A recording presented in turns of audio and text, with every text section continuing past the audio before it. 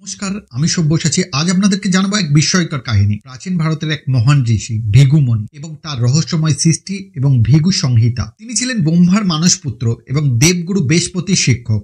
একধারে ঋষি, জ্যোতিষবিদ্যা ও আধ্যাত্মিক দার্শনিক। তার জ্ঞান ও দূরদর্শিতার জন্য বহু রাজা ও দেবতা তাকে উপদেষ্টা হিসেবে মানতেন। ভৃগুমুনি ধ্যান ও তপস্যার মাধ্যমে সমস্ত মানুষের ভাগ্য তথ্য সংগ্রহ করেছিলেন। এটি এক প্রকার কসমিক ডেটাবেস, যেখানে প্রতিটি ব্যক্তির জন্ম, কর্মফল ও ভবিষ্যতের তথ্য লিপিবদ্ধ ছিল। ভৃগুমুনি অতীন্দ্রিয় দৃষ্টিশক্তি ব্যবহার করে ভবিষ্যৎবাণী করেছিলেন। তার শিষ্যরা এই তথ্য তালপাতার পুঁথিতে লিখে সংরক্ষণ করেন। কয়েক লক্ষ পাতার এই সংহিতা কালের বিবর্তনে আংশিক হারিয়ে গেলেও কিছু অংশ আজও ভারতে সংরক্ষিত আছে। হরিদ্বার, কাশী এবং মহারাষ্ট্রের নির্দিষ্ট স্থানে ব্যক্তিগত ভবিষ্যৎবাণী সংরক্ষিত আছে। কেউ চাইলে জন্ম তারিখ ও কুষ্টির মাধ্যমে নিজের ভাগ্যের পাতা খুঁজে বের করতে পারেন। বহু মানুষ দাবি করেছেন এতে লেখা তথ্য অবিকল মিলে যায়। ভারতের ইতিহাসে বিদেশি আক্রমণের ফলে এর মূল পাণ্ডুলিপির বড় অংশ ধ্বংস হয়েছে।